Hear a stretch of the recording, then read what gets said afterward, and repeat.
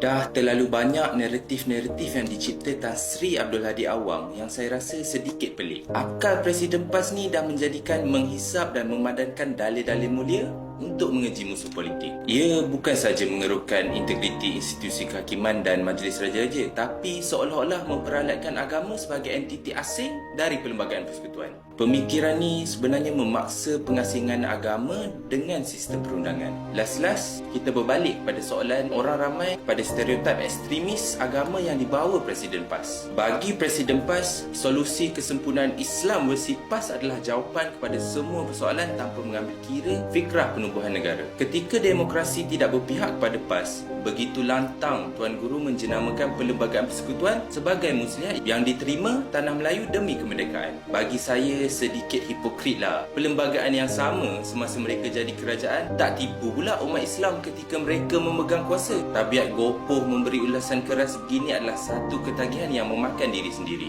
Dakwaan berkaitan konflik kepentingan tersebut tidak lebih daripada sekadar percubaan mewujudkan prejudice dan persepsi ke atas hakim yang berwibawa. Biar di pihak mana pun kita, kesemua ini menunjukkan bahawa isu undang-undang bukanlah isu yang mudah. Persoalan perundangan yang diajukan adalah jelas berkaitan bidang kuasa Dewan Undangan Negeri dalam menggubal undang-undang syariah.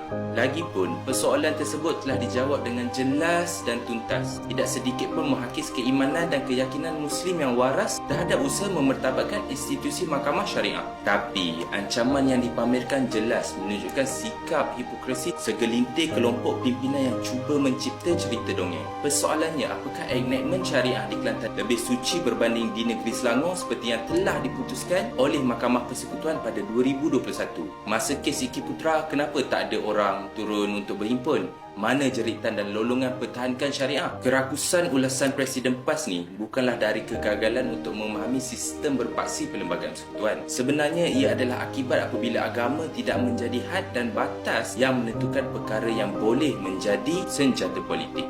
Dan kalau kita tengoklah perjuangan rang Undang-Undang Mahkamah Syariah bidang kuasa jenayah syariah iaitu RUU 355. RUU 355 sendiri pun pernah sengaja ditangguh berkali-kali ketika mereka berkuasa. Masa tu di manakah kewajipan merungkai dan merombak semula ikatan penjajah yang dipersoalkan beliau?